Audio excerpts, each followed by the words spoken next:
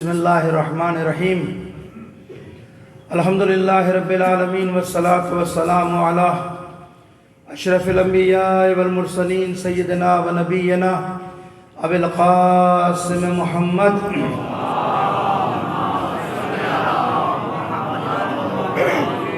وآلہ الطیبین الطاہرین المعصومین المظلومین ولعنۃ اللہ علی اعدائہم اجمعین من الآن الى قیام یوم الدین اما بعد فقد قال اللہ تعالی فی محکم کتابہ المبین وہو اصدق القائلین وقولہ الحق بسم اللہ الرحمن الرحیم قل ان کنتم تحبون اللہ فاتبعونی یحببکم اللہ ویغفر لکم ذنوبکم واللہ غفور الرحیم صلوات بھیجی محمد وآل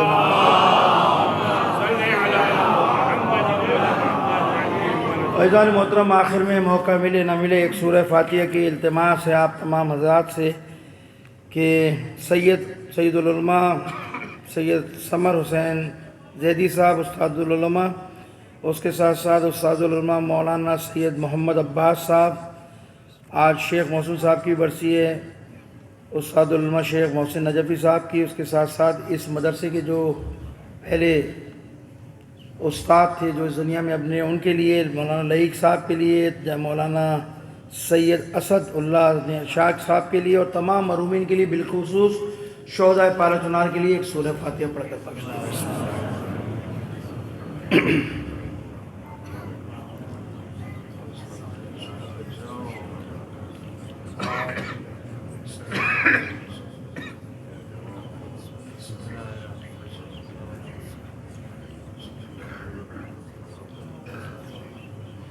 صلوات بھیجیے محمد وآل محمد پر۔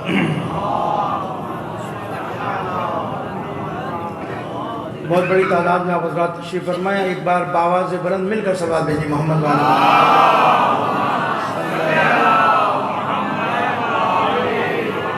سب سے پہلے میں علماء کرام سے اجازت لوں گا، آپ حضرات موجود ہیں، مولانا اجازت ہے انشاءاللہ، مولانا اجازت ہے انشاءاللہ، آپ حضرات کی موجودگی کے اندر جو ہے نا وہ گفتگو کرنا علماء کی موجودگی میں بڑا وہ ہے۔ بہرحال حکم مولانا کا انشاءاللہ تعالی، اگرچہ کہ میں سوچ کے کچھ اور آیا تھا کہ کچھ اور پڑھنا ہے، لیکن مولانا کا ایک حکم تھا، اس کی انشاءاللہ تعالی میں مولانا کے حکم کو پورا کروں گا انشاءاللہ تعالی۔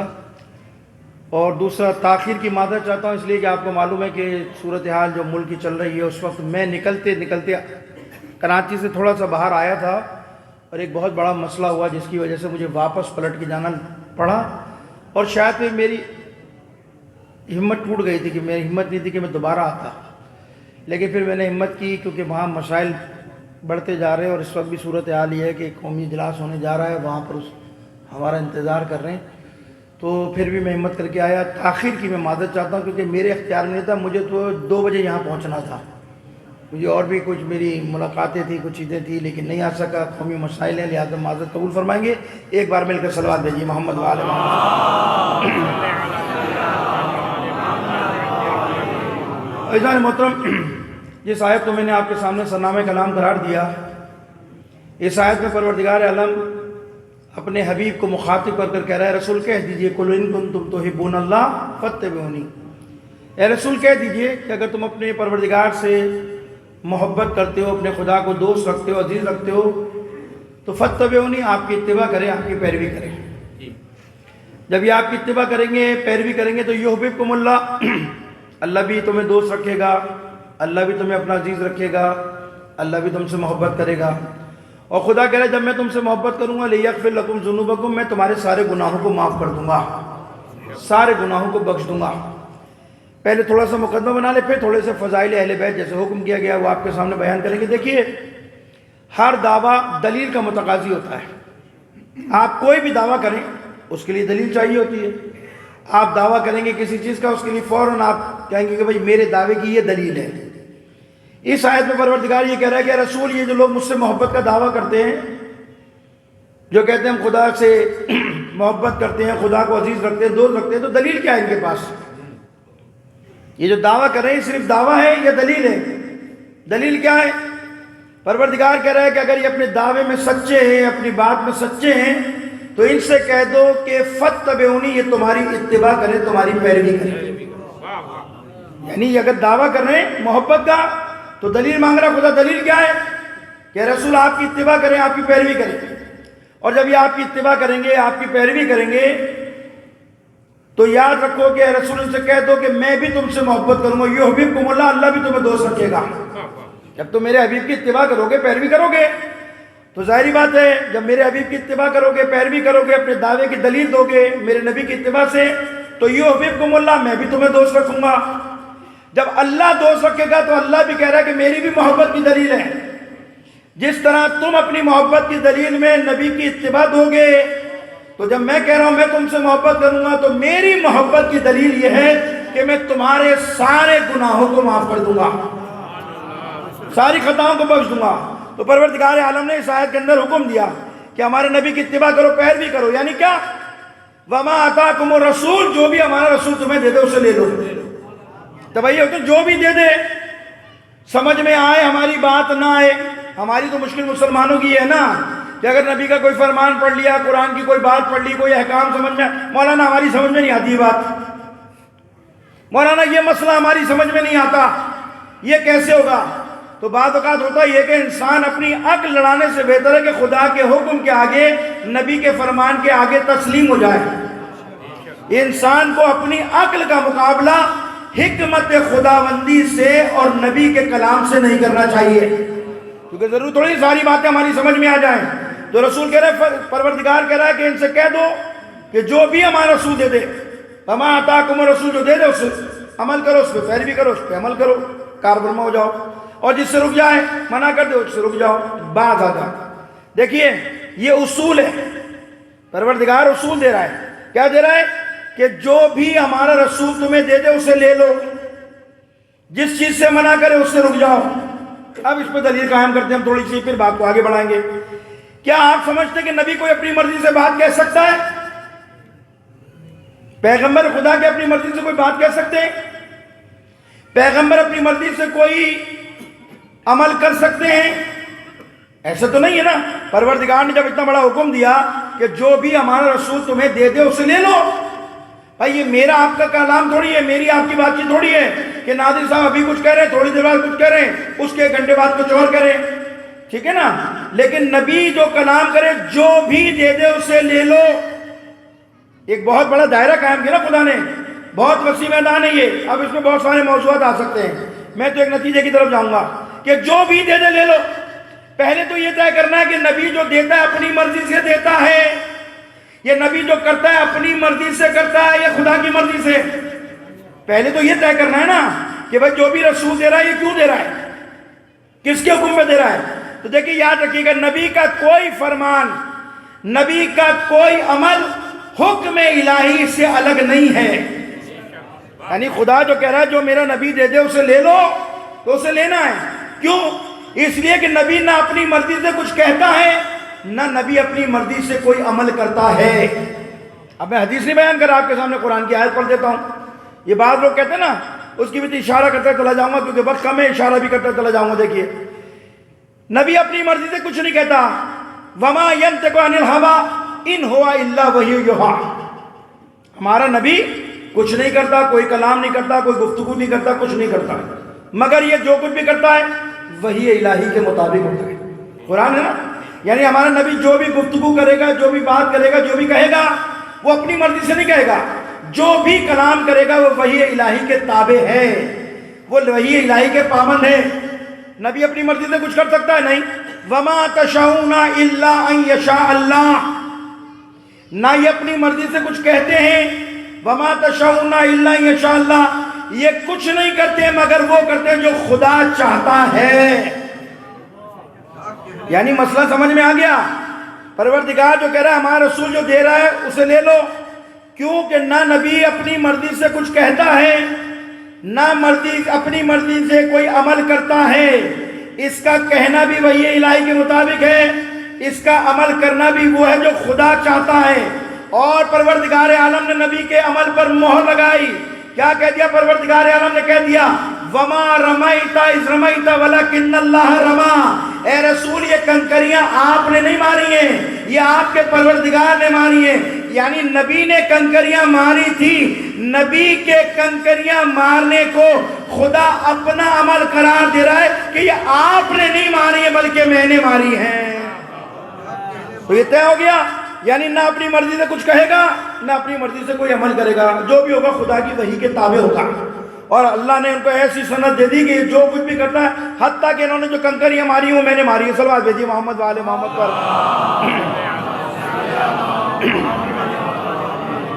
یعنی جو بھی عمل ہوگا نبی کا وہی الہی کی تابع ہوگا۔ اب بات کو کیونکہ اب ایام میں گئے ہیں بیوی کی ولادت کے، تو سوچ رہا تھا کہ تھوڑے سے بیوی کے فضائل آپ کے سامنے بیان کروں۔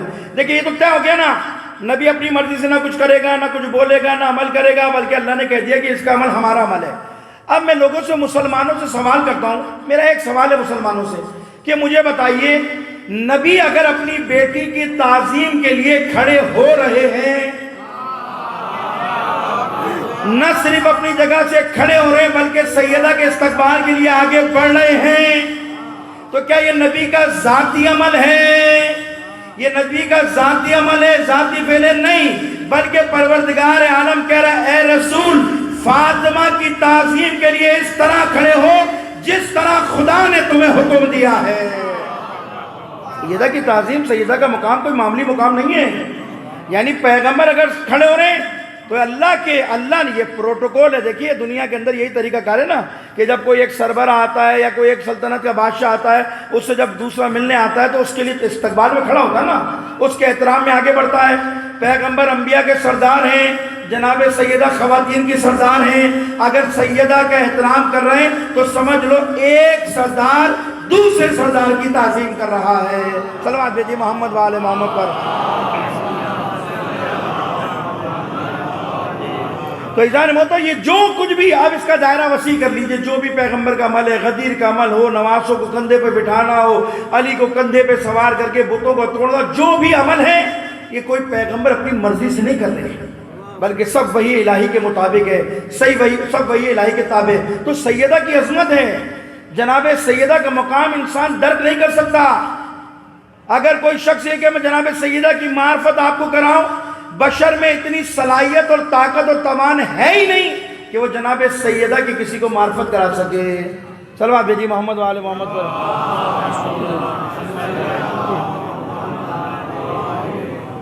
تو جناب سیدہ کے حوالے سے کچھ فضائل بیان کروں گا، پھر نتیجہ دوں گا تھوڑا سا، اور کچھ حالات بھی آپ کے سامنے بیان کر لہٰذا خلاصہ کروں گا جلدی۔ مجھے چلتے کسی نے کان میں کہا تھا کہ مولانا بہت دیر سے بیٹھے ہیں لوگ، تو آپ ذرا جلدی کریے گا تو مجھے آپ کا بھی احساس ہے۔ ایک بار صلوات بھیجیے محمد وآل محمد پر۔ بھائیجان محترم، جناب سیدہ کا مقام بہت عظمت، بیوی بہت عظمت بیوی ہیں، ان کی کوئی معرفت حاصل نہیں کر سکتا۔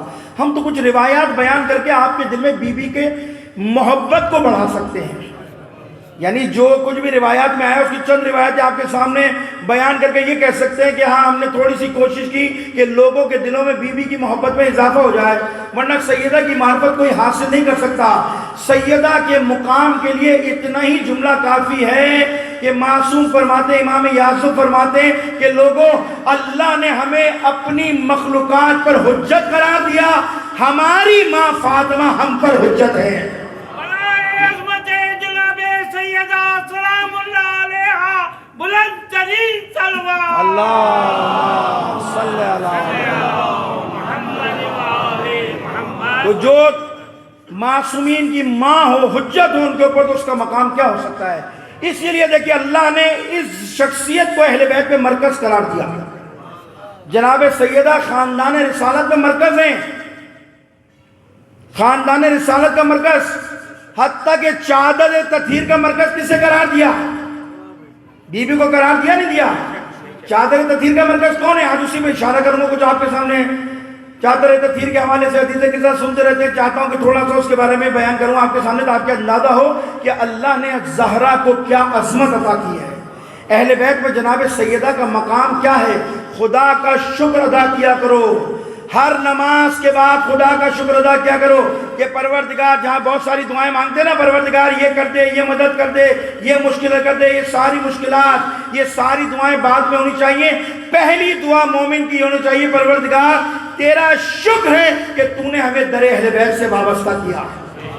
یہ بہت بڑی نعمت ہے، یہ لطف الہی ہے، کیونکہ یہ میرے آپ کے اختیار میں تھوڑی ہے کہ ہم شیعوں میں پیدا ہو گئے، یہ آپ کے میرے اختیار میں، میرے اختیار میں ہو سکتا ہے ہم یہودی کے پیدا ہو جاتے، ہو سکتا ہے کسی غیر مسلم کے پیدا ہو جاتے، کسی منکر کے پیدا ہو جاتے، ہمارے اختیار میں تو نہیں تھا نا، یہ تو لطف الہی ہے، یہ تو اللہ کا احسان ہے ہم یہ پیدا ہو گئے۔ بلکہ خود پیغمبر فرماتے ہیں کہ جب خدا کسی سے محبت کرتا ہے تو اس پر احسان کرتا ہے، جب خدا کسی سے محبت کرتا ہے اس پہ احسان کرتا ہے۔ کیا احسان کرتا ہے؟ اسے مال دیتا ہے، اسے دولت دیتا ہے، اسے شہرت دیتا ہے؟ نہیں، یہ مال و دولت نہیں ہے۔ اللہ کی محبت کا معیار یہ مال و دولت نہیں ہے۔ اگر یہ مال و دولت معیار ہو خدا کی محبت کا تو مال تو یہودیوں کے پاس بھی بہت ہے، مال سعودیوں کے پاس بھی بہت ہے، تو کیا اللہ ان سے محبت کرتا ہے؟ نہیں۔ اللہ جب محبت کرتا ہے تو کیا کرتا ہے؟ احسان۔ پیغمبر فرماتے ہیں لوگوں جب خدا کسی سے محبت کرتا ہے تو اس پر احسان کرتا ہے۔ کیا احسان کرتا ہے یا رسول اللہ؟ وہ احسان یہ کرتا ہے کہ خدا ہماری محبت کو ان کے دلوں میں ڈال دیتا ہے۔ یہ جو آپ یہاں بیٹھے ہیں یہ لطف الہی ہے، خدا کا احسان ہے، شکر ادا کیا کرو۔ خدا کی قسم کبھی موقع ملا، علماء کرام بھی جانتے، کبھی موقع ملا حیران رہ جائیں گے کہ جو اہل بیت کی محبت کے اثرات بیان کیے ہیں۔ میں نے ایک روایت پڑھی تھی، طولانی روایت ہے، موقع نہیں ہے، میں نے روایت پڑھی ہے کہ جس کے دل میں اللہ نے زہرا کی محبت ڈالی ہے، پروردگار عالم، میں نے معصوم کی حدیث پڑھی ہے کہ پروردگار اس پر 100 عنایات کرتا ہے، 100۔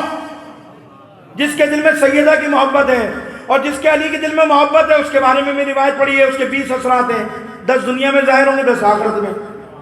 یہ تو علی کی محبت کے اثرات ہیں کہ 10 دنیا میں 10 آخرت میں، اور سیدہ کی محبت کے اثرات بتائیں 100 ہیں دنیا اور آخرت میں۔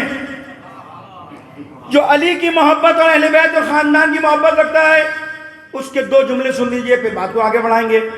دیکھیے یہ محبت جو آپ یہاں بیٹھے ہیں نا یہ معمولی نہیں ہے۔ پیغمبر فرماتے خوش نصیب ہے وہ شخص کہ جو دنیا میں میرے بھائی میری بیٹی کی محبت دل میں رکھتا ہے، خاندان کی محبت دل میں رکھتا ہے۔ اس کے 20 اثرات ہیں، اس کے 2 اثرات سن لیجیے، ایک دنیا کا ایک آخرت کا، پھر بات کو آگے بڑھائیں گے۔ یہ جو اتنی محبت میں ہم یہاں بیٹھے ہیں، یہ دور دور سے ہم یہاں آتے ہیں، اس کی کوئی محبت کوئی چیز کھینچ کے لاتی ہے نا ہمیں۔ مولا کائنات کی محبت، بی بی کی محبت، اہل بیت کی محبت کے 20 اثرات میں سے دنیا میں 10 ہیں، 10 آخرت میں، ایک دنیا کا اثر سن لیجیے۔ پیغمبر فرماتے ہیں کہ خوش نصیب ہے وہ شخص کہ جس کے دل میں اللہ نے میرے خاندان میری بیٹی کی اولاد کی محبت کو ڈالا۔ دنیا کے 10 اثرات میں سے ایک اثر یہ ہے کہ خدا اسے موت نہیں دے گا کہ جب تک وہ گناہوں کی توبہ نہ کر لے۔ یہ ایک اثر ہے دنیا کا، ایک اثر ہے، ایک۔ بی بی کے تو 100 اثرات ہیں، مولا کائنات کی 20، ان میں سے ایک بتا رہا ہوں۔ یہ ایک اثر کیا ہے؟ خدا محبت اہل بیت رکھنے والے کو موت نہیں دے گا مگر یہ کہ پہلے توبہ کرے گا۔ پوچھا تھا نا کسی نے اس آیت کے بارے میں، اللہ ولی الذین آمنوا یخرجوا من الظلمات الی النور، مولا اس سے مراد کیا ہے؟ تو امام نے کہا تھا جانتا ہے کہ قرآن میں پروردگار عالم نے کہا کہ اللہ ان مومنین کا ولی ہے، اور وہ کیا کرتا ہے؟ وہ لوگوں کو ظلمات سے نکال کر نور کی طرف آ جاتا ہے۔ پوچھا مولا اس سے مراد کیا ہے؟ امام نے کہا یہ ہمارے چاہنے والے ہیں جو دنیا میں گناہ کر کر کوتاہیاں کر کر نور کے دائرے سے نکل کر ظلمات میں چلے گئے تھے۔ مولا کہتے ہیں خدا کی قسم بس ہماری محبت ولایت کا اثر یہ ہے کہ یہ خدا ان کو ہمارے صدقے میں توبہ کا موقع دے گا۔ جب یہ توبہ کریں گے تو خدا پھر انہیں ظلمات سے نکال کر نور میں لے آئے گا۔ صلوات بھیجیے محمد و آل محمد پر۔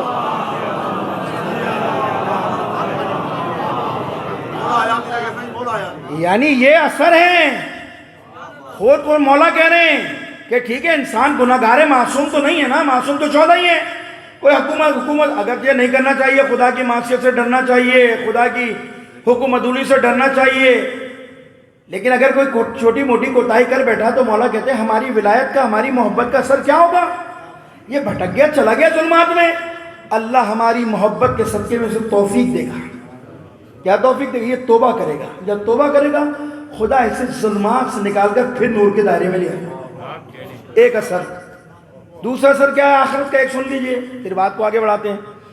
10 اثرات آخرت کے، پیغمبر کہتے ہیں 10 اثرات میرے بھائی کی، میرے خاندان کی محبت کے جو آخرت میں ظاہر ہوں گے۔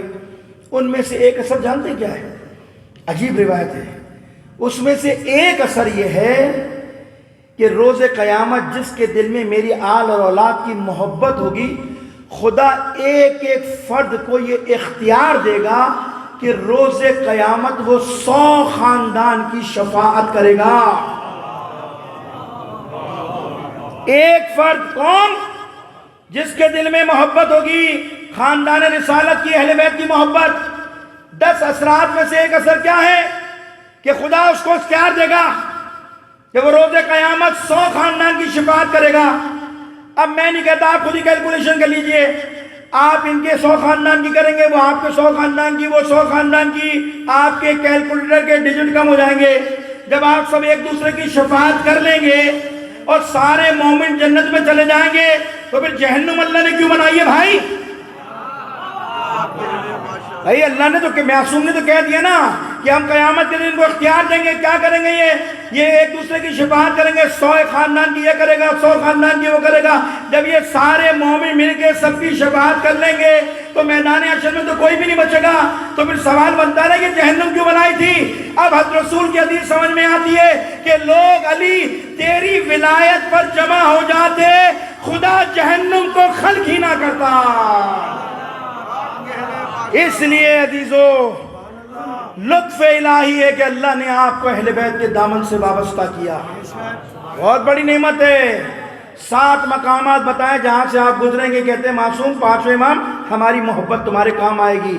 اب وہ کبھی موقع ملا تو آپ کے سامنے بتاؤں گا، مختلف روایات ہیں، تو خدا کا شکر ادا کیا کرو کہ اللہ نے آپ کو اہل بیت کے دامن سے وابستہ کیا۔ صلوات بھیجیے محمد و آل محمد۔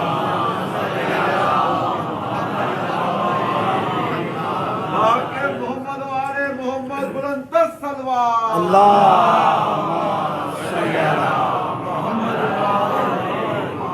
بہت بڑی نعمت ہے۔ اور روز قیامت کے بارے میں، جناب سیدہ کی شفاعت کے بارے میں انسان حیران رہ جائے۔ اس حدیث کا ایک جملہ کافی ہے ہماری واقعی ایمان کو بڑھانے کے لیے۔ بڑی طولانی روایت ہے روز قیامت بی بی کی شفاعت کی۔ 5ویں امام فرماتے کہ میری والدہ کی سواری جب آئے گی، انبیاء کی قطاریں، سب کی اوصیاء اولیاء کی قطاریں لگی ہوں گی اور نور کی سواری پہ آئیں گے۔ ایک جملہ، عجیب جملہ، واقعی انسان حیران رہ جائے، خدا کا شکر ادا کرے کہ اللہ نے ہمیں اہل بیت کی جناب سیدہ زہرا کی محبت سے وابستہ رکھا اور مرتے دم تک رکھے۔ 5ویں امام کی حدیث ہے کہ روز قیامت میری ماں فاطمہ اپنے چاہنے والوں کو شفاعت کے لیے اس طرح چنیں گی جس طرح پرندہ خاص دانہ چن لیتا ہے، خام چھوڑ دیتا ہے۔ یہ حدیث کے 2 جملے پڑھیں، طولانی حدیث ہے۔ یعنی شفاعت جناب سیدہ کیا کریں گے؟ امام خدا اختیار دے گا، جاؤ سیدہ آج جس کی شفاعت کرو گے خدا قبول کرے گا۔ تو امام کہتے ہیں روز محشر اس طرح سے اپنے چاہنے والوں کو جمع کریں گی، چن لیں گی اور لے کر جنت میں داخل ہو جائیں گی۔ تو ایک طولانی روایت ہے، یہ اللہ نے اہل بیت کی محبت ہمارے دل میں ڈالی ہے۔ اب دیکھیے مقام جناب سیدہ کیا ہے؟ انہیں مرکز قرار دیا اہل بیت کے اندر۔ چادر کے ساتھ سنتے رہتے ہیں، ابھی سنا ہوگا، میلاد میں بھی سنا ہوگا، ممکن ہے ایام فاطمہ کی مجلس میں بھی آپ نے یہ باتیں سنی ہوں گی۔ میں آپ کو دوسرے انداز میں کوشش کرتا ہوں بتانے کی۔ دیکھیے بنو نجران سے ایک آیا تھا، وفد آیا تھا، 40-50 افراد پہ مشتمل کچھ لوگ تھے، انہوں نے مباہلہ کیا۔ اب سنتے رہتے ہیں آپ، گفتگو ہوئی، کئی دن تک گفتگو ہوتی رہی، رسول اپنی حقانیت پر دلائل دیتے رہے، وہ نہ مانتے رہے، انکار کرتے رہے، بالآخر اللہ نے حجت تمام کیا، رسول کہہ دیجئے نہیں ماننے کوئی بات نہیں مانتے تو کہہ دیجئے فَقُلْ تَعَالُوا نَدْعُوا أَبْنَاءَنَا وَأَبْنَاءَكُمْ وَنِسَاءَنَا وَنِسَاءَكُمْ وَأَنفُسَنَا وَأَنفُسَكُمْ۔ نہیں مانتے تمہاری بات تو آ جاؤ بھائی میدان کے اندر، کیا کریں گے؟ مباہلہ کریں گے، تم اپنے بچوں کو لے آؤ، ہم اپنے بچوں کو، تم اپنے بچوں کو لے آؤ، اپنے بچوں کو لے آتے، تم اپنی عورتوں کو لے آؤ۔ خلاصہ یہ کہ کیا کریں گے میدان میں؟ نفرین کریں گے، بد دعا کریں گے۔ اب نبی کا ہاتھ اٹھانے کا مطلب بد دعا کے لیے کیا ہے؟ اسی وقت عذاب خدا کا آ جانا ہے یا نہیں ہے؟ یہ فیصلہ ہو گیا کہ بھائی نبی ان سے کہہ دو آ جاؤ میدان مباہلہ کے اندر، وہاں بات کریں گے، جو جھوٹا ہوگا اس پر خدا کی لعنت ہوگی، لعنت یعنی اللہ کا عذاب۔ یہ اصول دے دیا اللہ نے۔ ادھر پیغمبر اپنے گھر چلے گئے، ادھر وہ بنو نجران کے لوگ وہ چلے گئے۔ اب یہ دونوں جگہ کی میں آپ کو بتا رہا ہوں، دونوں جگہ کیا کیا ہوا اس کا خلاصہ۔ یہ بنو نجران کے لوگ گئے، انہوں نے فوراً اپنا اجلاس بلایا، میٹنگ بلائی اور گفتگو شروع ہوئی. بھائی یہ شخص جس نے نبوت کا دعویٰ کیا ہے کیا کریں، اب تو مباہلے کا وقت آ گیا ہے. اب مختلف مشاورت شروع ہوئی، کوئی کچھ کہنے لگا، کوئی کچھ کہنے لگا، کوئی کچھ کہنے لگا. اب جو ان کا بڑا لیڈر تھا جس کا نام تھا عاقب، وہ بڑا سمجھدار تھا، بڑا زیرک آدمی تھا. اس نے کہا کوئی بات نہیں، میں تمہیں ایک اصول دے دیتا ہوں. کہا کیا اصول؟ کہا یہ ساری باتیں ایک طرف، میں تمہیں ایک اصول دے رہا ہوں. کہا کیا اصول ہے؟ کہا یہ شخص محمد جس نے نبوت کا دعویٰ کیا ہے، اگر یہ پورے مدینے کو میدان میں لے کر آ جانا تو پھر میدان میں ڈٹ جانا. اگر مدینے والوں کے ساتھ آ جائیں تو پھر میدان میں ڈٹ جانا، مباہلہ کریں گے. کیوں؟ اس لیے کہ اپنی بات کو ثابت کرنے کے لیے اکثریت کا روپ جھاڑے گا. ہوتا ہے نا دنیا میں، آپ دیکھ رہے ہیں جب ہماری بات نہیں مانی جائے گی تو لے آؤ لٹھ بردار، لے آؤ کلاشن کو بردار. یہی ہوا نا ساری زندگی. بات نہیں مانو گے تو زور زبردستی سے منوائیں گے، طاقت سے منوائیں گے، قوت سے منوائیں گے. بھائی اہل بیت کے مقابلے میں علمی مقابلہ تو کر نہیں سکے، علم اور منطق سے عقل سے آری تھے. لہذا کیا ہوا، جب اہل بیت کی بات سمجھ میں نہیں آتی تھی، ان کی بات ان کے اوپر حاوی ہوتی تھی، تو کیا کرتے تھے؟ لے آتے تھے دہشت گرد، لے آتے تھے اس زمانے کے جاہل لوگوں کو اہل بیت کے مقابلے پر. آج بھی وہی کچھ ہو رہا ہے. پوری دنیا میں جب تشیع کا کوئی مقابلہ نہیں کر سکا تو کیا کیا؟ پوری دنیا سے تشیع کے مقابلے میں دہشت گردوں کو جمع کر لیا کہ ہماری بات کیسے نہیں مانیں گے. یہی ہو رہا نا دنیا میں. تو وہ سمجھ جا تھا، وہ سمجھ گیا کہ دیکھو بھائی مدینے والوں کے ساتھ آ جانا، سب کے ساتھ، تو پھر ڈٹ جانا، اکثریت کی روپ جھاڑے گا، اپنی بات منوائے گا. پھر کہتا لیکن خبردار یہ یاد رکھنا، اگر اپنے بال بچوں کے ساتھ آ جائے تو پھر مقابلہ نہ کرنا، پھر میدان میں نہ آنا. کیوں؟ اس لیے کہ یہ اس کی صداقت کی دلیل ہوگی. کیوں؟ کہ یہ اللہ کے نمائندے کی خاصیت ہے، اس کی پہچان ہے کہ جتنا سخت میدان ہوگا پہلے اپنے جگر کے ٹکڑے لے کر آئے گا. یہ اللہ کے نمائندے کی پہچان ہے. یہ دنیا کا لیڈر نہیں ہوگا کہ خود امریکہ میں بیٹھا ہوگا، لندن میں بیٹھا ہوگا، قوم کے بچوں کو منوا رہا ہوگا. اللہ کے نمائندے کی پہچان ہے کہ جتنا سخت میدان ہوگا پہلے اپنے جگر کے ٹکڑے لے کر آئے گا. اصول طے ہو گیا. اب یہ بیچارے سارے بیٹھ گئے اطمینان کے ساتھ، بھائی ٹھیک ہے اب دیکھی جائے گی، کل پرسوں جب بھی مباہلہ ہوتا ہے. اب پیغمبر اپنے گھر میں آئے ہیں، بی بی کا مقام دیکھیے. پیغمبر اپنے گھر آئے، اب سنتے رہتے ہیں حدیث کے ساتھ. بی بی سے کہا بیٹا ذوق محسوس کر رہا ہوں، چادر یمانی لائی گئی، اڑا دی گئی. آپ سنتے رہتے ہیں امام حسن آئے، امام حسین آئے، مولا کائنات سب چادر کے لیے جمع ہو گئے. یہ واقعہ کہاں ہو رہا ہے؟ ام سلمہ کے گھر میں ہے یا نہیں ہے؟ آپ نے یہ بھی جملہ سنا ہوگا علماء کرام سے. علماء سلمہ نے کہا، ام سلمہ نے کہا یا رسول اللہ میں بھی آ جاؤں؟ رسول خدا نے کہا نہیں، آپ مومنہ ہیں، جنتی ہیں، اس چادر میں نہیں آ سکتے. اس کا پروٹوکول کچھ اور ہے. آپ مومنہ ہیں، جنتی ہیں، لیکن اس میں نہیں آ سکتی. یہ ساری شخصیات جمع ہو گئی. جب ساری شخصیات جمع ہوئی تو نبی نے کیا کہا؟ سنتے رہتے ہیں، میں تو خلاصہ کر رہا ہوں آپ کے ساتھ. ہاتھ بلند کیا آسمان کی طرف، اللہم ان ہؤلاء اہل بیتی و خاصتی و امتی لحمہم لحمی دمہم دم. یہ سنتے رہتے ہیں آپ. کیا دعا کی خدا کے رسول نے؟ اے پروردگار تو جانتا ہے، اللہم ان ہؤلاء اہل بیتی، یہ میرے اہل بیت ہیں، یہ میرے خاص ہیں، ان کا گوشت میرا گوشت ہے، ان کا خون میرا خون ہے.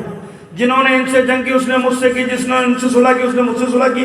آخر میں پیغمبر کہتے ہیں کیوں یہ ساری باتیں اس لیے کر رہے ہیں؟ پیغمبر آخر میں نتیجہ دے رہے ہیں، انہم منی وانا منہم. یہ اس لیے کہہ رہا ہوں کہ یہ مجھ محمد سے ہیں اور میں محمد ان سے ہوں. یہی دعا کی تھی پیغمبر نے. اب جب پیغمبر نے دعا کی تو خدا نے بھی تو جواب دیا تھا نا. اب حدیث کی سمجھ پڑھتے نا، یا ملائکتی یا سکان سماواتی، اے ملائکہ آسمان پہ رہنے با فاطمہ کے بچے ہو نہیں سکتے ہیں. عصمت کا دائرہ قائم ہو گیا. اب آیت بھی آ گئی، انما یرید اللہ لیذھب عنکم الرجس. صلوات بھیجی محمد و آل محمد.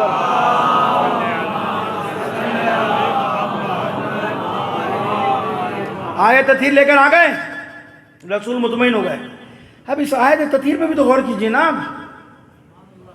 آیت تطہیر کا آغاز کہاں سے ہو رہا ہے؟ انما یرید اللہ، ہے نا؟ دیکھیے علماء کرام یہاں بیٹھے ہیں، وہ جانتے ہیں انما کے اندر جب ما داخل ہو جائے تو کیا ہوتا ہے؟ حصر کے معنی، حصر کے معنی کرتا ہے۔ وہ اننا کے اندر ما داخل ہو جائے، یہاں جب کہا انما،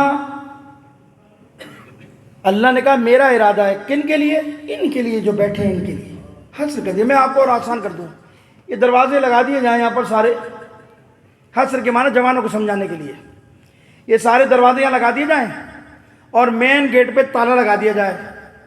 اب جو اندر امام بارگاہ میں بیٹھے ہیں وہ کیا کہلائیں گے؟ محصور۔ جیسے آپ کہہ رہے ہیں پالا چنار میں لوگ محصور ہیں، کشمیر میں لوگ محصور ہیں، وہاں پر لوگ محصور ہیں، فلسطین میں لوگ محصور ہیں، کیا ہو گیا؟ بند کر دیا نا آپ کو، آپ کو حصار میں لے لیا، بند کر دیا محصور۔ اب ہوتا کیا ہے؟ جب تالا لگ گیا، اندر والا باہر جا سکتا ہے؟ نہیں جا سکتا۔ نہ باہر والا اندر آ سکتا ہے؟ نہیں آ سکتا۔ نہ اندر والا باہر جا سکتا ہے، نہ باہر والا اندر آ سکتا ہے۔ تو اننا کے اندر جب ما داخل ہوا، اس نے حصر کے معنی کر دیے، کیا کر دیے؟ بس یہ جو چادر میں ہے نا، یعنی خلاصہ کرو، اللہ نے چادر تطہیر میں عصمت و طہارت کا تالا لگا دیا، بند کر دیا اس کو، کہ نہ اندر والے باہر جا سکتے ہیں، نہ باہر سے کوئی اندر آ سکتا ہے۔ بلکہ ایک مثال اور ذہن میں آ گئی، آیت ولایت پڑھتے نہیں پڑھتے، وہاں کیا کہا؟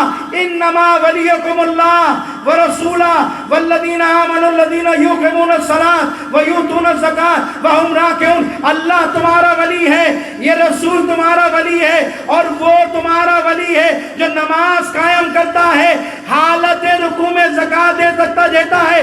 اللہ نے بتا دیا دنیا میں بڑے بڑے ولی آئیں گے، لوگ ولی بنائیں گے، لیکن ہم نے جنہیں ولی کہا ہے قرآن میں وہ یہ 3 ولی ہیں۔ یہاں بھی انما کے ذریعے کہا کہ ولی تو بنیں گے، علی کے مقابلے میں بڑے بڑے ولی آئیں گے، لیکن قرآن نے کہہ دیا کہ اللہ نے 3 ولیوں کا خود کہا، رسول کو کہا، اور علی کو اپنا ولی قرار دیا۔ یہاں بھی یہی کیا کہ چادر کے اندر یہی ہے 4-5 ہستیاں، نہ اندر کوئی آ سکتا ہے، نہ اندر سے کوئی باہر جا سکتا ہے، یعنی تالا لگا دیا۔ ان کے لیے پروردگار نے کہا کہ میرا ارادہ یہ ہے کہ جو چادر کے نیچے جمع ہے انہیں ہر حصے میں پاک رکھوں گا۔ صلوات بھیجیے محمد وآل محمد پر۔ اب اطمینان، آیت تطہیر بھی نازل ہو گئی، اطمینان ختم کر دیا میں نے اپنی بات کو، نتیجہ اب موقع مل گیا تو ایک اشارہ حالات پہ کر جاؤں گا، کیونکہ مولانا کی تاکید تھی کہ مولانا فضائل پڑھیے گا۔ مجھے مجلس پڑھاتے ہوئے لوگ ڈر رہے ہوتے ہیں کہ بھئی یہ سیاسی باتیں شروع نہ ہو جائیں، حالانکہ ہوتا یہ ہے کہ میری جو ذمہ داری ہے مجھ سے وہ سنیے آپ، میں آپ کو دنیا کے حالات بتاؤں گا کہ کیا کیا کہاں ہو رہا ہے، اور مجلس بھی پڑھنی پڑتی ہے۔ ایک بار اور صلوات بھیجیے محمد وآل محمد پر۔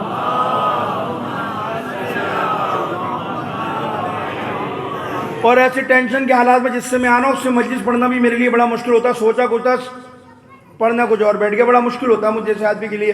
ایک بار صلوات بھیجیے محمد وآل محمد پر۔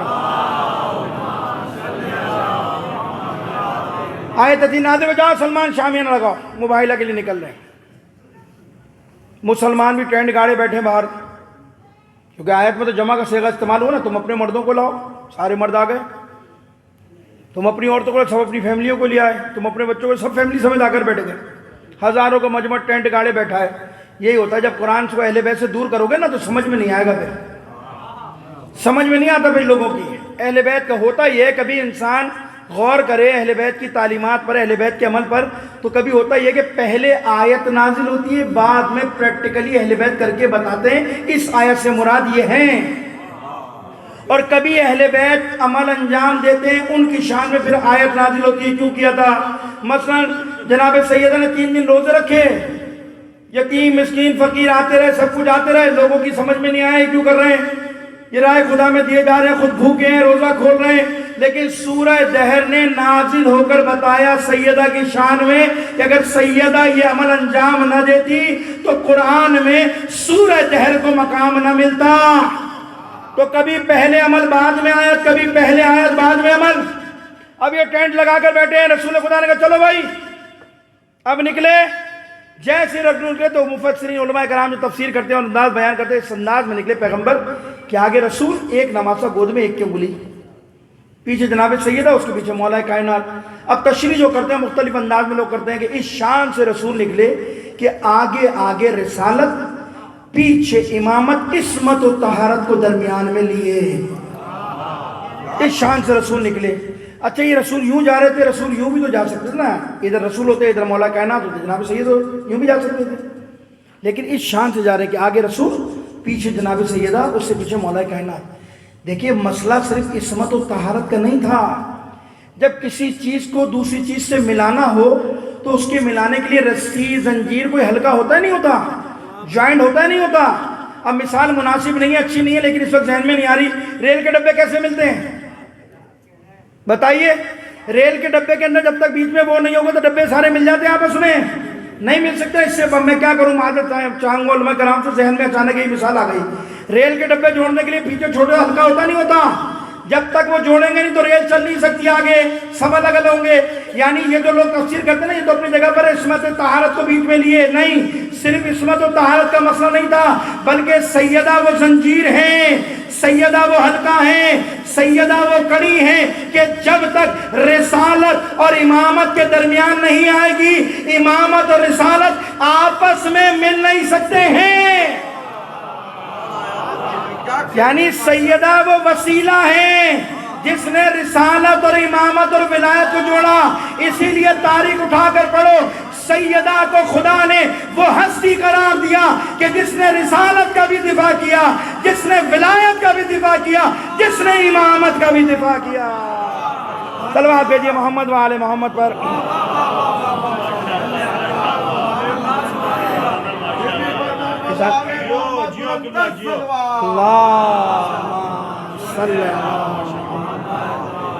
یہ عظمت ہے جناب سیدہ کی، یہ مقام ہے، اور جیسے اس شان سے میدان میں آئے جواب سنتے رہتے ہیں۔ وہی عاقب دیکھ رہا تھا، اس نے آگے بڑھ کر کہا خبردار، موبائلے سے ہاتھ اٹھا لو، موبائلے میں نہ جانا۔ کیوں؟ خدا کی قسم میں وہ چہرے دیکھ رہا ہوں، اگر یہ پہاڑ کو اشارہ کرے تو پہاڑ اپنی جگہ چھوڑ دے گا۔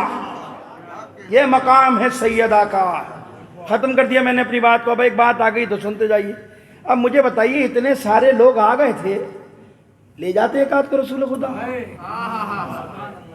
ہم رسول کی محبت میں ہی آئے تھے نا، رسول خدا لے جاتے۔ مجھ جیسا آدمی ہوتا ہے شاید کہتے یا رسول اللہ ہاتھ جوڑ کے لے جائیے، اتنی محبت میں بیٹھے ہیں 2-3 دن سے آپ کے گھر کے باہر، لے جاتے۔ ہو سکتا ہے رسول خدا مجھے پلٹ کر جواب دیتے ہیں، ناظر صاحب یہ کوئی عام میدان نہیں ہے، اور بہت سارے میدانوں میں لے جا چکا ہوں، جہاں جہاں مجھے ضرورت پڑی میں لے جاتا تھا۔ کارکردگی انجام دے نہ دے لیکن میدان میں تو تھے نا، ٹھیک ہے نا۔ 40 دن 39 دن کیوں انتظار کیا تھا؟ اسی لیے کیا تھا، ورنہ تو پہلے دن ہی مولا کائنات کو بلا لیتے، جاؤ علی خیبر فتح کر لو، یہ کام کر لو، وہ کر لو۔ اس لیے انتظار کیا کہ جس کے دل میں حسرت ہے وہ نکال لے۔ 39 دن تک آتے رہے، جاتے رہے، جب رسول کو اندازہ ہو گیا کہ بھائی ان دلوں میں تیل نہیں ہے، پھر علی کو بلایا کہ جاؤ، اور علی نے ایک ہی عملہ کیا تو کیا کہا کہ میں آج اس کو بھیج رہا ہوں جو کرار ہوگا، غیر فرار ہوگا، اللہ رسول اس کو دو سکتا ہوگا، وہ اللہ اور اس کے رسول کو دو سکتا ہوگا، وہ میدان سے نہیں پلٹے گا مگر یہ کہ خدا اسے کامیاب کرے گا۔ تکبیر، اللہ اکبر، رسالت، یا رسول اللہ۔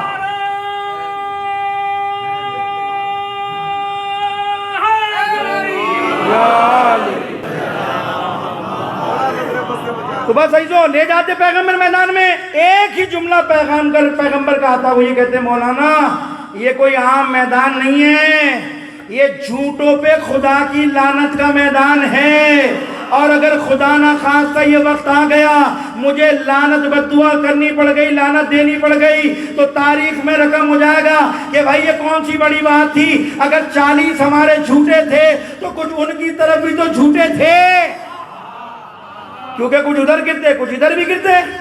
تو لہذا پیغمبر نے کہا کہ میں کس کو لے کے جاؤں گا؟ میں اس کو لے کر جاؤں گا جس پہ یقین ہے کہ جس طرح میں صادق اور امین ہوں میری اولاد بھی میری طرح صادق اور امین ہے. صلوات بھیجیے محمد و آل محمد پر. بس عزیزو ختم کر دیا میں نے اپنی بات کو. یہ ہے اہل بیت کا مقام, یہ ہے سیدہ کا مقام. آج یہ پوری دنیا تمہارے خلاف اکٹھی ہو گئی. کیوں ہو گئی ہے بھائی؟ ہم نے کسی کا مال کھایا ہے کیا؟ کیوں؟ یہ محبت اہل بیت کا بغض ہے. یہ وہ محبت ہے جو ہمارے سینہ بسینہ اولادوں تک جا رہی ہے, اور وہ بغض اہل بیت ہے جو پروان چڑھا ان کی اولادوں میں جا رہا ہے. لیکن یقین رکھو جتنے حالات خراب ہو جائیں کبھی مایوس مت ہونا, کبھی مایوس مت ہونا. نہ مایوسی کے بارے میں سوچنا. مایوس وہ ہو کہ جس کا کوئی وارث نہ ہو, وہی مایوس ہوگا نا جس کا کوئی ہے ہی نہیں. ہمارے جو ہیں غیبت کے اندر مولا آقا, وہ تو ہمیں پہلے ہی بتا کے گئے تھے میرے ظہور سے پہلے یہ سب کچھ ہوگا. ہمیں تو پتہ ہے بھائی کیا کیا ہوگا. ہمیں پریشانی تھوڑی ہے. شام ایک دفعہ لے جاؤ, دوبارہ لے جاؤ, دوبارہ لے جاؤ, بار بار لے جاؤ. ہمیں تو پتہ ہے وہاں ہوگا کیا. آخری خبر آپ کو دے رہا ہوں بس.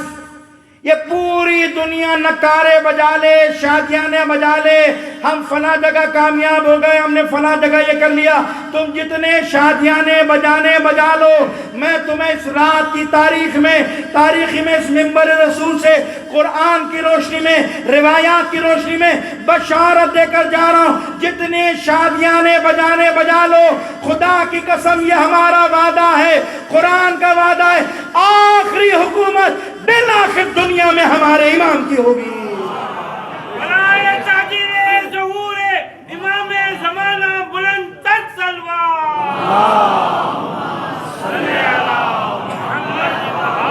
آخری مارکا تو ہمارا ہی ہے بھائی. جب حکومت ہماری ہوگی تو سختیاں بھی تو ہمارے لیے ہوں گی, گھر میں بیٹھے والوں کے لیے تھوڑی ہوں گی. بھائی جو گھر میں بیٹھے ہوئے ہیں ان کے لیے تھوڑی مشکلات ہوگی, جو میدان میں کھڑے ہیں ان کی وہی آزمائش سے گزریں گے نا. اور الحمدللہ کوئی دنیا کا مارکا ایسا نہیں ہے. دل چھوٹا مت کیا کرو کہ شام چلا گیا اب کیا ہوگا, حسن نصر اللہ مر گیا اب کیا ہو گیا, فلاں شہید ہو گیا تو اب کیا ہوگا. کچھ بھی نہیں ہوگا. کیا امام حسین شہید ہو گئے تو دین ختم ہو گیا کیا؟ امام حسین نے کربلا کی سرزمین پر اپنا پاکیزہ خون دے کر اسلام کو حیات بخشی ہے کہ میرے بچوں کا لہو جب کربلا کی سرزمین پر گرے گا قیامت تک اسلام زندہ باد رہے گا. لبیک یا حسین, لبیک یا حسین, لبیک یا حسین, لبیک یا حسین, لبیک یا حسین, نعرہ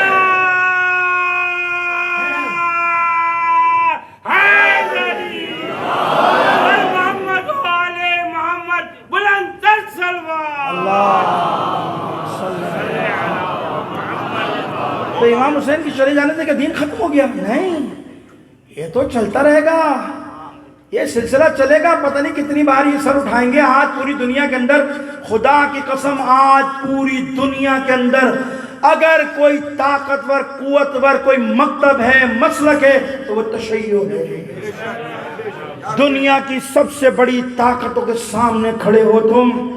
اب بھی کیا تمہیں امام زمانہ کی حمایت نصرت پر یقین نہیں آتا کہ پورے سرمایہ کے ساتھ, پورے وسائل کے ساتھ پوری دنیا ایک طرف ہے ہو, اور جس کے سامنے ہمارے فقہاء اور مجتہدین اور رہبروں, اس قوم کو کون شکست دے سکتا ہے؟ کیا تاریخ بھول جاتے ہو کیا کہ جب یہی ابو بکر بغدادی جب عراق میں آ کر بیٹھا تھا, اس نے آنے کے بعد کیا کہا تھا؟ میں دیکھتا ہوں چیلنم کیسے ہوگا, اربعین کیسے ہوگا, میں شیعوں کو مشی کرنے نہیں دوں گا, یہ کر دوں گا, وہ کر دوں گا.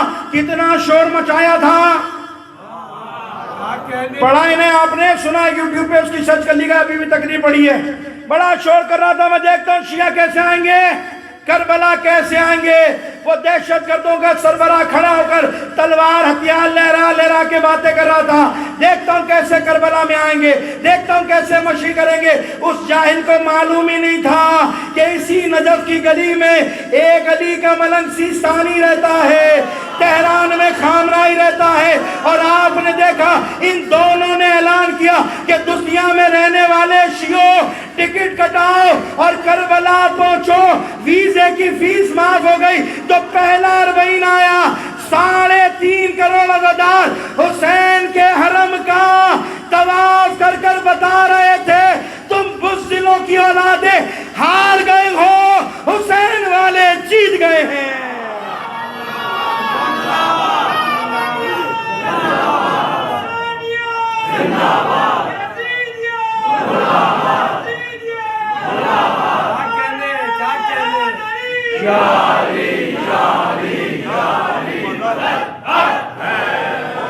یہ خلاصہ ہے بس، پھر کیوں گھبراتے ہو بھائی؟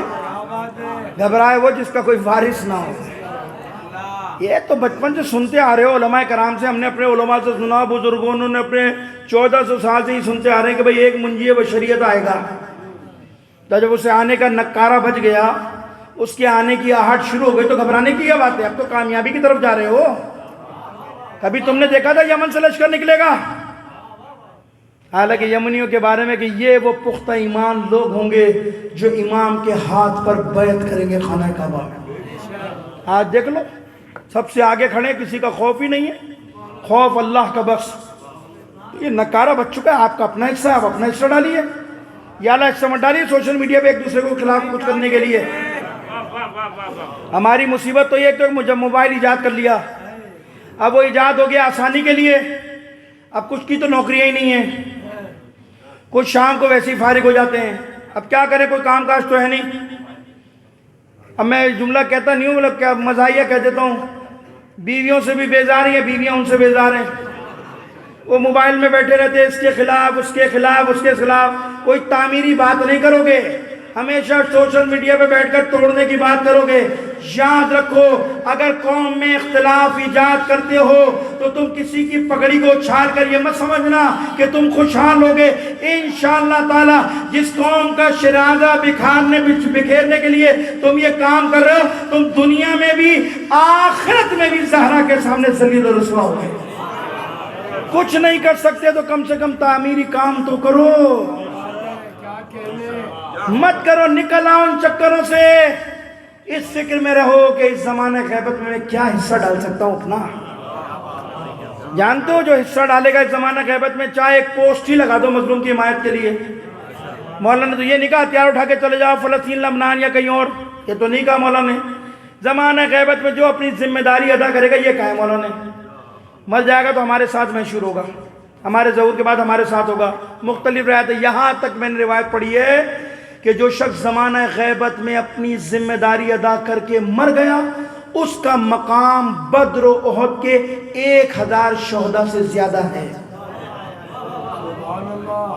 بس اپنی ذمہ داری ادا کرو، ہم اپنا کام کرتے چلے جائیں، نتیجہ خدا کے ہاتھ میں، ان تنصر اللہ ینصرکم۔ بس عزیزو، اہل بیت نے بھی اپنی ذمہ داری کو ادا کیا تھا، اپنے اپنی ذمہ داری کو ادا کیا۔ کتنی باتیں ہوئی تھی سید الشہداء جب کربلا سے نکلے تھے، قسم قسم کے اعتراضات۔ آپ کیوں جا رہے ہیں؟ کوئی کہہ رہا آپ کے بابا کی حکومت ملی اس لیے جا رہے ہیں، کوئی کہہ رہا آپ کے بھائی نے صلح کری، آپ صلح کیوں نہیں کرتے؟ مختلف ان فکروں میں حسین نکلے ہیں۔ لیکن میرا دل چاہتا ہے کہ میں مصائب بھی جناب سیدہ کی پڑھوں تاکہ مکمل ہو جائے مجلس۔ اور جب بی بی کے مصائب سن کر آنکھوں میں آنسو آ جائے نا، جہاں اپنی دعا مانگو نا، وہاں پارا چنار کے مظلوموں کے حق میں دعا کرنا، خدا ان کو رسوا کر اہل بیت کے ماننے والوں کو سرخروی عطا فرما، کیونکہ ان آنسو میں بڑی طاقت ہے۔ اس وقت تشیع کی آبرو ہے، آبرو کا مسئلہ ہے تشیع کی۔ پوری دنیا کی کفر کی طاقتوں کی نگاہ ہے یہاں پر۔ اے پروردگار، تو جانتا ہے ہماری طاقت کو، ہماری قوت کو، ہمارے پاس کچھ نہیں ہے خدا، یا تجھے سیدہ کی ٹوٹی ہوئی پسلیوں کو۔ ان ظالموں کے مقابلے میں ہمیں رسوا نہ کریو۔ عزیزو، کربلا تو بہت بعد میں بنی ہے، پہلی کربلا کی اینٹ ہی سیدہ کے گھر پر لگی۔ کسی امام نے اپنا مرثیہ نہیں پڑھا، نہیں پڑھا۔ سیدہ وہ واحد خاتون جس نے اپنا مرثیہ خود پڑھا، صبت علیہ المصائب والنہار۔ بابا تیرے بعد تیری بیٹی پر، تیری دختر پر اتنے مصائب ٹوٹے ہیں، دنوں پہ پڑھتے تو رات کی تاریخی میں سیاہی میں بدل جاتے، پہاڑوں پہ پڑھتے تو پہاڑ ریزہ ہو جاتے، سرما سرما ہو جاتے۔ کیا مصائب، کون سی مشکلات بیان کروں سیدہ کی، کہاں سے آغاز کروں کہاں ختم کروں؟ نبی کے اس دنیا سے جانے کے بعد کوئی ایک صدی نہیں گزری تھی، 75 یا 95 دن بس، اس میں اتنی قیامت توڑی امت نے۔ 18 سال کا سن ہے، زہرا کی پشت جھک چکی ہے، عصا کے سہارے چلتی ہیں اور سر پر پٹی بندھی ہوئی ہے۔ روایت کہتی ہے کہ جب لوگوں نے حق چھینا نا زہرا کا، اپنا حق لینے کے لیے دربار میں گئی ہیں۔ علماء سے سنا، علماء کہتے ہیں جب سیدہ حق لینے کے لیے دربار میں گئی تھی نا، سیدہ کے سر کے بال کالے تھے۔ کتنی دیر رہی دربار میں، کتنی دیر سیدہ دربار میں کھڑی ہوئی حق مانگتی رہی؟ چند گھنٹے۔ علماء کہتے ہیں جب چند گھنٹوں بعد شہزادی کونین واپس پلٹی ہیں تو سر کے بال زہرا کے کالے سفید ہو چکے تھے۔ جب گھر میں آئی ہیں نا، پہلا سامنا امام حسن سے ہوا۔ امام حسن نے اپنی ماں کو غور سے لے کر پوچھا، ماں ہمارا حق مل گیا؟ مسلمانوں نے ہمارا حق دے دیا؟ زہرا نے کوئی جواب نہیں دیا، خاموش ہے، آگے بڑھی۔ چھوٹا سا بچہ حسین دوڑتا ہوا آیا، اماں دربار گئی تھی، مسلمانوں نے کیا ہماری چیزیں واپس کر دی؟ حق دے دیا؟ زہرا نے جواب نہیں دیا۔ علماء کہتے ہیں جیسے حجرے میں داخل ہوئی ہے نا، ایک چھوٹی سی بچی دوڑتی آئی ہے، اپنی ماں کے چہرے کو دیکھا، ماں کی چھاتی سے لپٹ کر ایک جملہ کہتی ہے، ماں یہ تیرے سر کا کیا حال ہو گیا؟ اماں یہ تیرے سر کے بال سفید کیسے ہو گئے؟ جب جناب زینب نے یہ جملے ادا کیے نا، جناب زہرا نے جناب زینب کو سینے سے لگا لیا، اپنی چھاتی سے لگا کر رونا شروع کیا۔ اتنا روئی ہے کہ جناب زہرا کہتی ہے، بیٹا روتی کیوں ہو؟ جناب زینب کہتی ہے، اماں روتی کیوں ہو؟ تو جناب زہرا ایک جملہ کہتی ہے، بیٹا میں نے اپنے بابا سے سنا ہے کہ تو شرابی کے دربار میں جائے گی، بس یہی سوچ کے رو رہی ہوں کہ میں صحابی کے دربار میں گئی تھی، میرا یہ حال ہو گیا، جب تو شرابی کے دربار میں جائے گی زینب تیرا کیا حال ہوگا؟ اسی لیے تو کسی نے چوتھے امام سے پوچھا تھا، مولا سب سے زیادہ قیامت کہاں ٹوٹی؟ ایک ہی جملہ رو کر کہتے تھے، الشام الشام الشام۔ آزاداران حسین، یہ وہ مظالم جن کا آغاز ہوا ہے، آزادار رسول کی آنکھ بند ہوئی ہے، لوگ دروازے پر آگ لے کر آ گئے، فاطمہ علی کو باہر نکالو۔ ایک ہجوم جمع کر لیا اور پشت دروازے پہ رسول کی بیٹی کھڑی آواز دے رہی ہے، علی باہر نہ نکلے تو کیا کرو گے؟ خبیث آگے بڑھ کر کہتا، فاطمہ اگر علی باہر نہ نکلے تو اس گھر کو جلا دیں گے۔ ڈر نہیں کہا تھا، اس گھر کو جلا دیں گے۔ تعجب سے سوال کرتی ہے مظلومیت سے، زہرا جانتے ہو اس گھر میں کون رہتا ہے؟ جانتے ہو اس گھر میں تو فاطمہ رہتی ہے، اس گھر میں حسن و حسین رہتے ہیں، کیا تم اس گھر کو جلا دو؟ کہ ہاں، فاطمہ اگر علی باہر نہ نکلے تو ہم اس گھر کو جلا دیں گے۔ سنیں گے روایت، راوی کہتا ہے، عزیزو ایک خبیث نے حکم دیا لکڑیاں جمع کرو۔ فاطمہ در و دیوار کے درمیان فریاد کر رہی ہے، واہ محمدہ، یہ امت حجر رسالت دینے کے لیے لکڑیاں جمع کر رہی ہے۔ جب لکڑیاں جمع ہو گئی، پشت دروازہ پہ نبی کی بیٹی فریاد کر رہی ہے، مسلمان فریاد سن رہے ہیں۔ ایک خبیث آگے بڑھ کر کہتا ہے، آگ لگا دو۔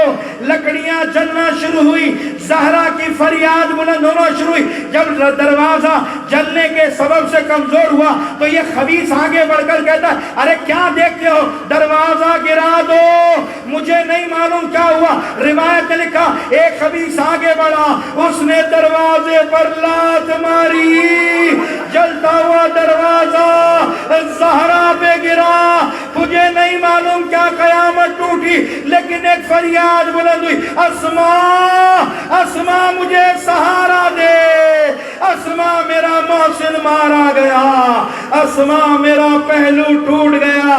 عزاداران حسین ظالم گھر میں داخل ہو گئے۔ ایک زمانہ گزرا، امام حسن بیٹھے رو رہے تھے، کسی نے پوچھا مولا رو کیوں رہے؟ مولا کیوں رو رہے ہیں؟ کہا اپنی ماں کی مظلومیت کو یاد کر رو رہا ہوں۔ کہا مولا آپ کی ماں کو اس دنیا سے گئے ہوئے اتنا زمانہ گزر گیا، آج بھی روتے ہیں؟ کہا تجھے نہیں معلوم میری ماں کتنی مظلومہ تھی، تجھے نہیں معلوم میری ماں کے ساتھ کیا ہوا۔ دل کھول کر رو، سیدہ کا ماتم کرنے آئے ہو نا، دل کھول کر کوئی روکنے والا نہیں ہے۔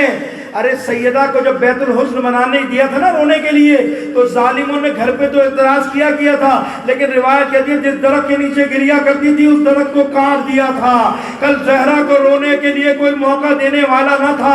آج آپ کے ہاتھ بھی آزاد ہیں، آپ کو کوئی رونے والا بھی نہیں ہے۔ امام حسن نے پوچھا جانتا ہوں میں کیوں روتا ہوں؟ کہا مولا کیوں؟ کہا تو جانتا ہے کہ جب ظالموں نے دروازے کو جلایا، میں چھوٹا سا تھا، میں نے دیکھا کہ دروازے کی پشت پر ایک لوہے کی کیل نکلی ہوئی ہے۔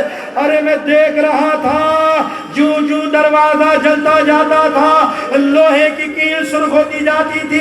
پھر امام حسن کی ایک فریاد بلند ہوئی، ارے مت پوچھ مجھ سے، جب ظالموں نے دروازہ گرایا میں نے دیکھا وہ جلتی ہوئی کیل میری ماں کے پہلو میں جا لگی۔ عزاداران حسین ظالم گھر میں داخل ہوئے، علی کے گلے میں رسی ڈالی، ایک ہاتھ پہلو پر ہے، ایک ہاتھ سے علی کا دامن پکڑ لیا۔ ظالموں ابوالحسن کو چھوڑ دو، ظالموں علی نے تمہارا کیا کیا ہے؟ میں نے دو روایتیں پڑھی ہیں۔ ایک روایت علامہ مجلسی کہتے ہیں کہ جب ظالموں نے علی کو نہ چھوڑا، زہرا آواز دے کر کہتی ہے اگر تم نے علی کو نہ چھوڑا تو میں اپنے سر کے بال کھول کر خدا کی بارگاہ میں فریاد کروں گی۔ ابھی یہ جملے ادا کیے تھے، سلمان کہتا علی فاطمہ کو روک لو، ارے روزہ رسول ہل رہا ہے۔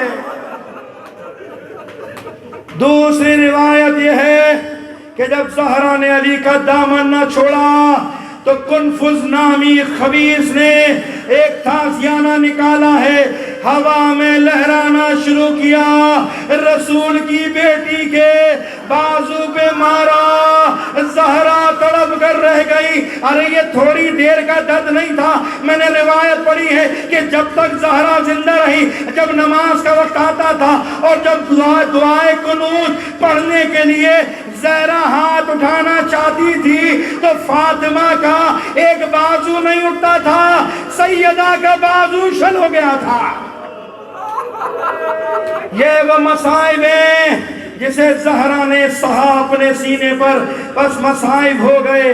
آخری روایت پڑھوں گا عزیزو، بہت ساری روایتیں پڑھ سکتا ہوں، بس آخری روایت پڑھ رہا ہوں۔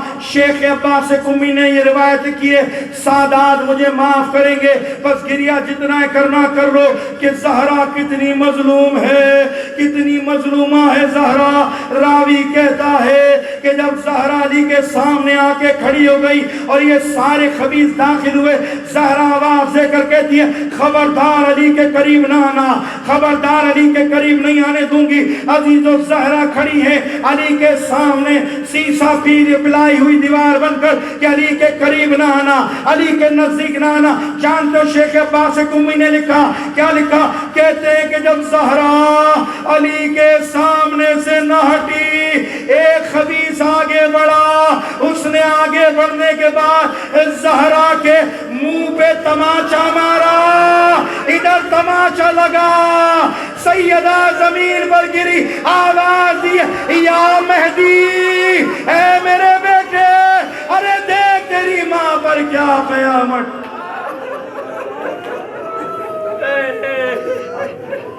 اللہ لعنت اللہ علی القوم الظالمین۔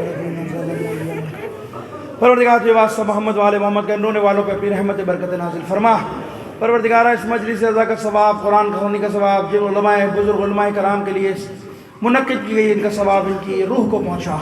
پروردگارہ ان کی قبروں پہ اپنی رحمت برکت نازل فرما، ان کی خطاؤں کو معاف فرما، قبر کو منور فرما۔ پروردگارہ یہ بیج جو انہوں نے لگایا تھا مدرسے کا پروردگار تجھے واسطہ محمد والے میں اس کو ترقی عطا فرما، علم اہل بیت کی نشر و اشاعت کا مرکز قرار فرما، اس مدرسے کی جو مشکلات ہیں ان مشکلات کو آسان فرما۔ یہ علماء کرام ہمارے بزرگان، ان سے معذرت بھی چاہتا ہوں پروردگارہ، ان کی توفیقات خیر میں اضافہ فرما، پروردگارہ ان کے علم میں، تقوی میں، پرہیزگاری میں اضافہ فرما، پروردگارہ جو مومنین یہاں اپنی جائز حاجات لے کر آئے ہیں، پروردگارہ ہر آدمی پریشان حال ہے، اس وقت جو صورتحال ہے ملک کی، پروردگارہ تیری بارگاہ میں سیدہ کا واسطہ ان کی مشکلات کو آسان فرما۔ پروردگارہ جو لوگ بیمار ہیں، بالخصوص ہمارا فرزند بیمار ہے، خصوصی دعا ہے آپ سے کہ اس کو پروردگارہ شفاء کاملہ اور عاجلہ عطا فرما۔